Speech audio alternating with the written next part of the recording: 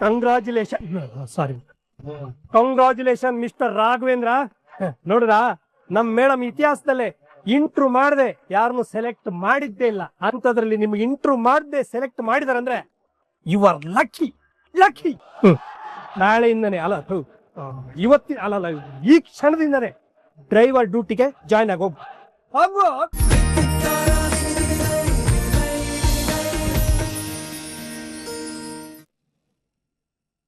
ಇನ್ನು ಏನೇನ್ ಡ್ರಾಮಾ ನಡೆಯುತ್ತೋ ಗೊತ್ತಿಲ್ವೇ. ಮೊದ್ಲೇ ನನ್ ತಲೆ ಕೆಟ್ಟ ಕೆರೆಡ್ದೋಗಿದೆ. ಸುಮ್ನೆ ಹೋಗ್ರಿ. ಸಾರ್ ನೀವ್ ಇಲ್ಲೇ ಇದ್ದೀರಾ? ಸಾರ್ ಮೊದ್ಲೇ ನಂಗೆ BP ಶುಗರ್ ಎಲ್ಲ ಬಂದಿದೆ. ನೀವ್ ಇದೇ ತರ ಕಾಟ ಕೊಟ್ರೆ ಬರೋ ಕಾಯಿಲೆ ಬರೋದ್ರಲ್ಲಿ ಡೌಟೇ ಇಲ್ಲ. ಇವಾಗ ನಾನು ಏನ್ ಮಾಡ್ಬೇಕು? ಸರ್ ನೀವು ಏನು ಮಾಡೋದು ಬೇಡ ಸರ್. ಸುಮ್ಮನೆ ಮಗು ತರ ಒಳಗಡೆ ಬಂದು ನಾನು ಹೇಳಿದ್ದಕ್ಕೆಲ್ಲ ಹೂ ಹೂ ಹೂ ಅಂತ ತಲೆ ಆಡ್ಸಿದ್ರೆ ಸಾಕು ಸರ್. ಆಮೇಲೆ ಇನ್ನೊಂದು ಸರ್, ಮೇಡಮ್ ಹತ್ರ ಒಂದ್ ಸಣ್ಣ ಸ್ವಾರಿ ಕೇಳಿ ಸರ್. ಆಮೇಲೆ ನಾನು ಎಲ್ಲ ಮ್ಯಾನೇಜ್ ಮಾಡ್ತೀನಿ ಸರ್. ಸರ್ ನಿಮ್ ಕೈ ಮುಗಿದು ಕೇಳ್ಕೊಳ್ತೀನಿ, ಎಕ್ಸ್ಟ್ರಾ ಏನೇನೋ ಮಾಡಕ್ ಹೋಗಿ ಮತ್ತೆ ಮೇಡಮ್ ಕೋಪ ಬರ್ಸ್ಬೇಡಿ sir. Okay done. Okay sir. Sir ಇನ್ನೊಂದು ಕರೆಕ್ಷನ್, ಕನ್ನಡಕ ಬೇಡ ಸರ್. ಇದು ಸೂಪರ್ ಸರ್, ಬನ್ನಿ.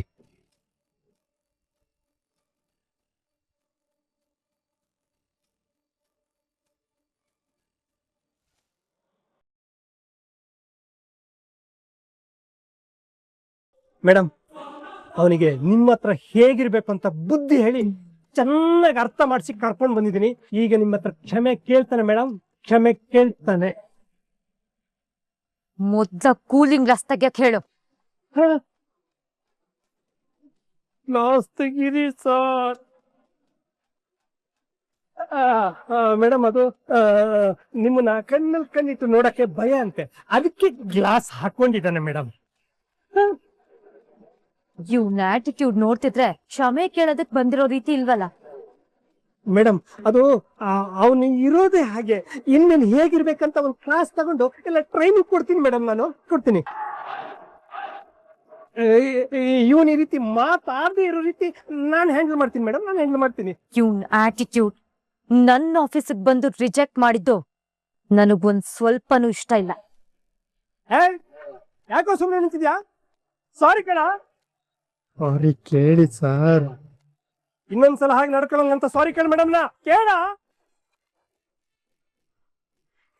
ಮೇಡಮ್ ಹುಡುಗ ಭಯಕ್ಕೆ ಫುಲ್ ಅದ್ರೋಗಿದ್ದಾನೆ. ಮುಂದೆ ಹೋಗ್ತಾ ಹೋಗ್ತಾ ಸರಿ ಹೋಗ್ತಾನೆ ಮೇಡಮ್. ದಯವಿಟ್ಟು ರಿಜೆಕ್ಟ್ ಮಾಡಬೇಡಿ ಮೇಡಮ್.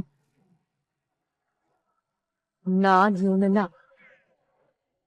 ನೀವು ಇವನನ್ನ ಸೆಲೆಕ್ಟ್ ಮಾಡ್ತಾ ಇದ್ದೀನಿ.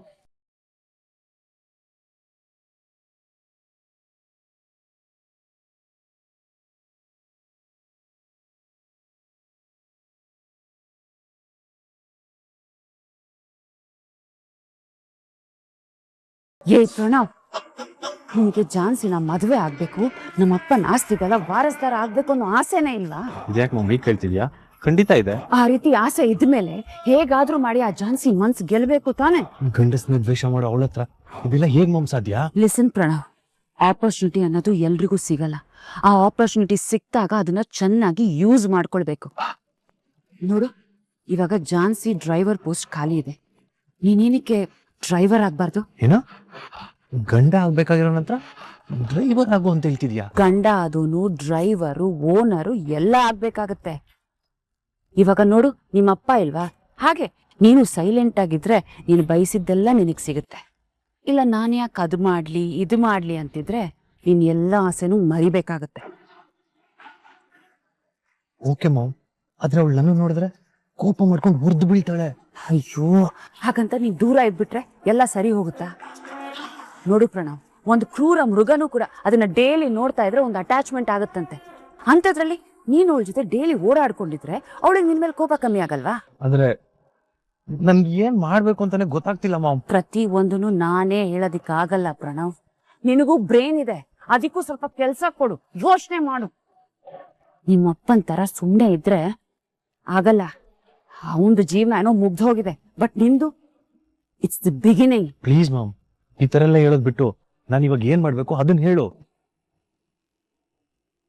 ಓಕೆ ನೋಡು, ಮೊದಲು ನೀನು ಹೋಗಿ ಅವಳು ಡ್ರೈವರ್ ಆಗಿ ಸೇರ್ಕೊ. ಆಮೇಲೆ ಅವಳಿಗೆ ಆಫೀಸಿಗೆ ಕರ್ಕೊಂಡು ಹೋಗು, ಎಲ್ಲ ಕಡೆ ಸುತ್ತಾಡ್ಸು. ಒಂದು ಡ್ರೈವರ್ ಆಗಿ ಅವಳ ಮನ್ಸನ್ನ ಗೆಲ್ಲು. ಆಮೇಲೆ ಅವಳ ಗಂಡ ಆಗು. ಆಮೇಲೆ ನೀನ್ ಅನ್ಕೊಂಡಿದ್ದು ಎಲ್ಲ ಆಗುತ್ತೆ. ಬಟ್ ಓಕೆ, ಅದಕ್ಕೋಸ್ಕರ ನೀನ್ ಯಾಕೆ ಇಷ್ಟೊಂದು ಟೆನ್ಷನ್ ಆಗ್ತಿದ್ಯಾ? ಅದನ್ನ ನನಗೆ ಅರ್ಥ ಆಗ್ತಿಲ್ಲ. ಗಾಡ್, ಯಾಕೆ ಅಂದ್ರೆ ನನ್ನ ಪ್ಲಾನ್ ಎಲ್ಲ ಅಪ್ಪನಿಗೆ ಗೊತ್ತಾಗಿದೆ. ನಾನಿನ್ನ ಹೆಚ್ಚು ದಿನ ಆಟ ಆಡೋದಿಕ್ ಆಗಲ್ಲ. ಆದ್ರಿಂದ ನೋಡು ಪ್ರಣವ್, ನಾವು ಎಷ್ಟು ಬೇಗ ಕೆಲಸ ಮುಗಿಸ್ತೀವೋ ಅದು ನಮಗೆ ಒಳ್ಳೇದು. ಈ ಸಮಸ್ಯೆಗಳು ಯಾವಾಗ ಎಲ್ಲಿಂದ ಬರುತ್ತೆ ಅಂತ ಹೇಳೋದಿಕ್ಕಾಗಲ್ಲ. ಅದಕ್ಕೆ ನಮ್ಮ ಎಚ್ಚರಿಕೆಯಲ್ಲಿ ನಮ್ಮ ಗುರಿನ ನಾವು ತಲುಪಲೇಬೇಕು.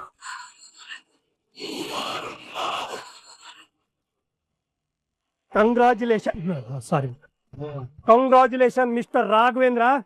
ನೋಡ್ರಾ, ನಮ್ ಮೇಡಮ್ ಇತಿಹಾಸದಲ್ಲೇ ಇಂಟ್ರೂ ಮಾಡದೆ ಯಾರನ್ನು ಸೆಲೆಕ್ಟ್ ಮಾಡಿದ್ದೇ ಇಲ್ಲ. ಅಂತದ್ರಲ್ಲಿ ನಿಮ್ಗೆ ಇಂಟ್ರೂ ಮಾಡದೆ ಸೆಲೆಕ್ಟ್ ಮಾಡಿದಾರಂದ್ರೆ ಯು ಆರ್ ಲಕ್ಕಿ. ನಾಳೆಯಿಂದನೇ ಅಲ್ಲ ಈ ಕ್ಷಣದಿಂದನೇ ಡ್ರೈವರ್ ಡ್ಯೂಟಿಗೆ ಜಾಯ್ನ್ ಆಗೋಗ್.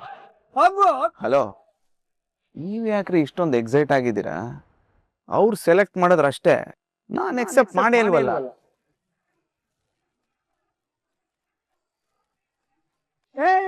ಏನು ನೀನ್ ತಮಾಷೆ ಮಾಡ್ತಾ ಇದೀನೋ? ಅಯ್ಯೋ, ನಾನ್ ಯಾಕೆ ತಮಾಷೆ ಮಾಡ್ಲಿ, ಸೀರಿಯಸ್ ಆಗಿ ಹೇಳ್ತಾ ಇದೀನಿ. ಸರ್, ಅವ್ರೆ ಸೆಲೆಕ್ಟ್ ಮಾಡಿರ್ಬೇಕಾದ್ರೆ ನೀವ್ ಯಾಕೆ ಸರ್ ರಿಜೆಕ್ಟ್ ಮಾಡ್ತಿದ್ರಾ?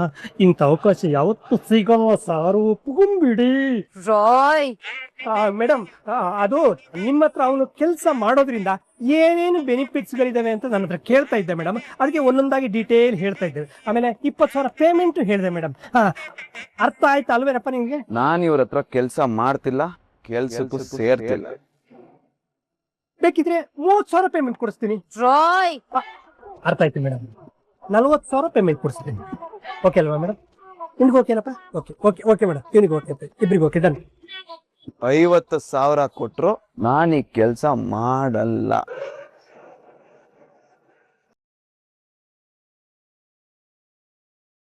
ಬೇಕಿದ್ರೆ ನಾನು 20,000 ಕೊಡೋ ಒಬ್ಬ ಗಂಡಸಿನ ಹತ್ರ ಕಾರ್ ಕ್ಲೀನರ್ ಆಗ್ಬೇಕಾದ್ರೂ ಕೆಲ್ಸ ಮಾಡ್ಬಿಡ್ತೀನಿ. ಆದ್ರೆ ದುರಹಂಕಾರ ತುಂಬಿರೋ ಇಂಥ ಹೆಣ್ಣು 50,000 ಕೊಟ್ರು ಕೆಲ್ಸ ಮಾಡಲ್ಲ. ಯಾಕಂದ್ರೆ ನನಗೆ ಹೆಣ್ಣು ಜಾತಿ ಅಂದ್ರೇನೆ ಆಗಲ್ಲ, ಅದ್ರಲ್ಲೂ ಇಂಥ ಹೆಣ್ಣು ಅಂದ್ರೆ. ಇವಾಗ ಹೇಳ್ತೀನಿ ಕೇಳಿಸ್ಕೊಳ್ಳಿ, ನೀವೇನ್ರಿ ಸೆಲೆಕ್ಟ್ ಮಾಡೋದು, ನಾನೇ ರಿಜೆಕ್ಟ್ ಮಾಡ್ತಾ ಇದ್ದೀನಿ.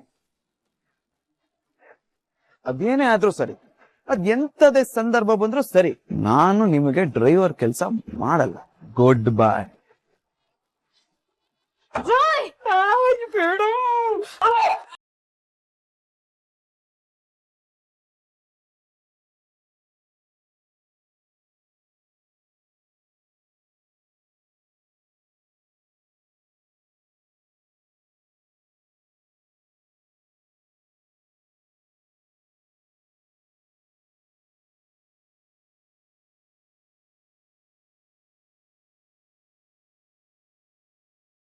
ವಾವ್, ಪಾಪು ಮಲ್ಗಡ್ಲಾ?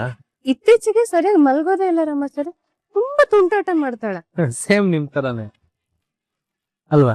ಅಲ್ಲ, ಇತ್ತೀಚೆಗೆ ನೀನ್ ತುಂಬಾ ತುಂಟ ಆಗಿದ್ಯಾ ಆತರ. ಅಯ್ಯೋ ಹೋಗ್ರಿ, ತುಂಟಾಟ ಮಾಡಕ್ ನಮ್ಮ ಮಗಳೇ ಎಲ್ಲಿ ಬಿಡ್ತಾಳೆ ಮೇಡಮ್? ಅವಳೇನ್ ಮಾಡ್ತಾಳೆ? ಇಲ್ಲ ಅವಳೇನು ಮಾಡಲ್ಲ. ಮಗಳು ನಿಮ್ ಮಡ್ಲಿಗ್ ಬಂದ ಮೇಲೆ ನಮ್ಮನ್ನ ಸ್ವಲ್ಪ ತುಂಬಾನೇ ದೂರ ಮಾಡ್ಬಿಟ್ಟಿದ್ದೀರಾ ಅನ್ಸ್ತಾ ಇದೆ. ಅದು ನನ್ ಸಮಸ್ಯೆ ಅಲ್ಲ ಯಜಮಾನ್ರೆ, ನಿಮ್ ಮಗಳು ನಿಮ್ಮನ್ನ ಟಾರ್ಗೆಟ್ ಮಾಡಿದಾಳೆ. ಯಾಕೋ? ಅವಳನ್ನ ಎಬ್ಬಿಸ್ತೀನಿ, ಮ್ಯಾರಿ ಮಲಗಿದಾಳೆ ಅಂತ ನಾನು ನಿಮ್ಮ ಹತ್ರ ಬಂದೆ, ನೀವ್ ನೋಡ್ರಿ ತಿರ್ಗಾ ಎಬ್ಸ್ತೀನಿ ಅಂತ ಹೇಳಿರಲ್ಲ. ಬೇಡ್ವಾ? ಬೇಡ ನೋಡ್ರಿ, ಮಗಳು ಬಂದು ನಾನು ಕೊಡ್ಬೇಕಾಗಿರೋ ಪ್ರೀತಿನೆಲ್ಲ ಅವಳೇ ಕಿತ್ಕೋತಾ ಇದ್ದಾಳೆ. ಸ್ವಲ್ಪ ನನ್ ಬಗ್ಗೆನೂ ಒಂದ್ ಸ್ವಲ್ಪ ಪ್ರೀತಿ ಮಮಕಾರ ಎಲ್ಲ ಇಟ್ಕೊಳ್ರಿ. ನೋಡು ನನ್ ಗಂಡ, ನಮ್ ಮಗಳು ಮಾತ್ರ ಅಲ್ಲ, ಈ ಪ್ರಪಂಚದಲ್ಲಿ ಯಾರೇ ಬಂದ್ರು ನಿನ್ ಮೇಲಿನ ಪ್ರೀತಿ ಕಡಿಮೆ ಆಗಲ್ಲ, ಆಗೋದಿಕ್ಕೆ ಸಾಧ್ಯನೇ ಇಲ್ಲ. ಬರೀ ಬಾಯಿ ಮಾತು ಹೇಳ್ತೀರಾ ಅಷ್ಟೇ. ದಿನ ಕೊಡ್ಬೇಕಾಗಿರೋ ಮುತ್ತನ್ನೆಲ್ಲ ಅವಳಿಗೆ ಕೊಟ್ಕೊಂಡು ಬಕ್ರ ಮಾಡ್ತಾ ಇದ್ದೀರಾ. ನನ್ ಮೇಲೆ ಸ್ವಲ್ಪನೂ ಪ್ರೀತಿ ಇಲ್ಲ, ನಿಮ್ಗೆಲ್ಲ ಹೊಟ್ಟೋಗಿದೆ, ಕಮ್ಮಿ ಆಗ್ಬಿಟ್ಟಿದೆ. ಮಗಳು ಬಂದು ಪ್ರೀತಿನ ಕಡಿಮೆ ಮಾಡಲ್ಲ, ಜಾಸ್ತಿ ಮಾಡ್ತಾಳೆ. ಹೌದಾ? ಓ ಇವತ್ತು ನಮ್ಮ ಮಗಳು ಒಳ್ಳೆವಳು ಬೇಗ ಮಲಗಿದಾಳೆ. ಹಾಗಾಗಿ ನಾನು ಈ ಬಡಪಾಯಿ ಮೇಲೆ ಒಂದ್ ಸ್ವಲ್ಪ ಪ್ರೀತಿ ಕರುಣೆ ತೋರ್ಸಿದ್ರೆ ಚೆನ್ನಾಗಿರುತ್ತೆ ಅಂತ. ಹೋಗು ರಾಮಾಚಾರಿ, ಬರ್ತಾ ಬರ್ತಾ ನೀನ್ ತುಂಬಾ ಪೋಲಿ ಆಗ್ತಿದ್ಯಾ. ಮತ್ತೆ ಹೆಂಡತಿ ಮುಂದೆ ಎಲ್ಲ ಗಂಡಂದ್ರು ಪೋಲಿನೇ ರೀ. ಆಮೇಲೆ ಬೆಳಗ್ಗೆ ನನ್ನ ಮಗಳು ನಂಗೊಂದು ವಿಷಯ ಹೇಳಿದ್ಲು. ಹೌದಾ? ಏನ್ ಹೇಳಿದ್ಲು? ಓ ಅವಳ ಜೊತೆ ಆಟ ಆಡಕ್ಕೆ ಇನ್ನು ತಮ್ಮನ್ ಕೊಟ್ರೆ ಅವಾಗ ಅಪ್ಪ ಅಮ್ಮ ನಿಮಗ್ ಡಿಸ್ಟರ್ಬ್ ಮಾಡಲ್ಲ ಅಂತ ಹೇಳಿದ್ಲು. ಇದು ನಮ್ ಪುಟಾಣಿ ಆಸನ ಅಥವಾ ನಿನ್ನ ಆಸನ ರಾಮಾಚಾರಿ?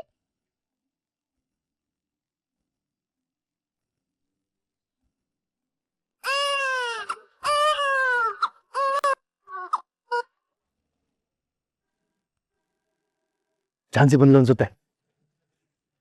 ಝಾನ್ಸಿ ಹಾಯ್, ನಿಮ್ಗೆ ಡ್ರೈವರ್ ಬೇಕು ಅಂತ ಹೇಳ್ದಂತೆ. ಆ ಡ್ರೈವರ್ ವಿಷಯ ಮಾತ್ರ ನಮ್ಮ ಮುಂದೆ ತೆಗಿಬೇಡ. ಹಾಗಲ್ಲ ಝಾನ್ಸಿ, ಆ ಡ್ರೈವರ್ ಪೋಸ್ಟ್ಗೆ ನಾನು ಅವನ್ ವಿಷಯ ತೆಗಿಬೇಡ ಅಂತ ಹೇಳ್ದೆ ತಾನೆ. ಔಟ್. ಏನಾಯ್ತಪ್ಪ, ಮೆಂಟಲ್ ಆಡ್ದಂಗ್ ಆಡ್ತಿದ್ದಾಳೆ. ಝಾನ್ಸಿ, ಯಾಕಮ್ಮ ಗು ಅಂತ ಇದ್ಯಾ? ಯಾಕೆ ಕೋಪ? ತಾತ, ನನ್ನ ಆಫೀಸಲ್ಲಿ ಯಾರ್ ಮಾತನಾಡಿಬೇಕು? ಡಿಸಿಷನ್ಸ್ ತಗೊಳ್ಬೇಕಾಗಿರೋದು ಯಾರು? ಇದೇನಮ್ಮ ಹೀಗ್ ಕೇಳ್ತೀಯಾ? ನಿನ್ನ ಆಫೀಸಲ್ಲಿ ನೀನೇ ಬಾಸ್. ಒಂದ್ ವೇಳೆ ನಾನೇ ನಿನ್ನ ಆಫೀಸಿಗೆ ಬಂದಾಗ ಕೂಡ ಶಲ್ ಐ ಕಮ್ ಇನ್ ಅಂತ ನಾನು ಕೇಳಬೇಕು. ಒಳಗಡೆ ಬನ್ನಿ ಅಥವಾ ಬೇಡ ಅಂತ ಹೇಳೋಕೆ ಡಿಸಿಷನ್ ನೀನೇ ತಗೋಬೇಕು. ಹಾಗಿದ್ಮೇಲೆ ರಿಜೆಕ್ಟ್ ಮಾಡ್ಬೇಕಾಗಿರೋದು ಯಾರು? ರಿಜೆಕ್ಟ್ ಮಾಡ್ಬೇಕಾಗಿರೋದು ನೀನೇ, ಸೆಲೆಕ್ಟ್ ಮಾಡ್ಬೇಕಾಗಿರೋದು ನೀನೇ. ಆಫ್ಟರ್ ಆಲ್ ಒಂದ್ ಡ್ರೈವರ್ ಕೆಲ್ಸಕ್ ಬಂದವನು ನನ್ನ ಆಫರ್ ನ ರಿಜೆಕ್ಟ್ ಮಾಡಿ ಹೋಗ್ತಾನೆ ಅಂದ್ರೆ ಅವ್ನ್ಗೆಷ್ಟು ಕೊಬ್ಬಿರ್ಬೇಕು ಅಲ್ವಾ? ಹೋಗ್ಲಿ ಬಿಡಮ್ಮ, ಅವನ್ಗೆ ನಿನ್ನ ಕೈ ಕೆಳಗೆ ಕೆಲಸ ಮಾಡಕ್ ಇಷ್ಟ ಇಲ್ಲದೆ ಇರಬಹುದು. ಅದನ್ನ ಹೇಳ್ಬೇಕಾಗಿರೋದು ನಾನು, ರಿಜೆಕ್ಟ್ ಮಾಡ್ಬೇಕಾಗಿರೋದು ನಾನು. ಆದ್ರೆ ನನ್ ಮುಂದೆನೆ ನಿಂತು ಅಷ್ಟೆಲ್ಲ ಮಾತಾಡ್ ಹೋಗ್ತಾನೆ ಅಂದ್ರೆ ಅವನನ್ನ ಮಾತ್ರ ನಾನ್ ಸುಮ್ನೆ ಬಿಡಲ್ಲ ತಾತ.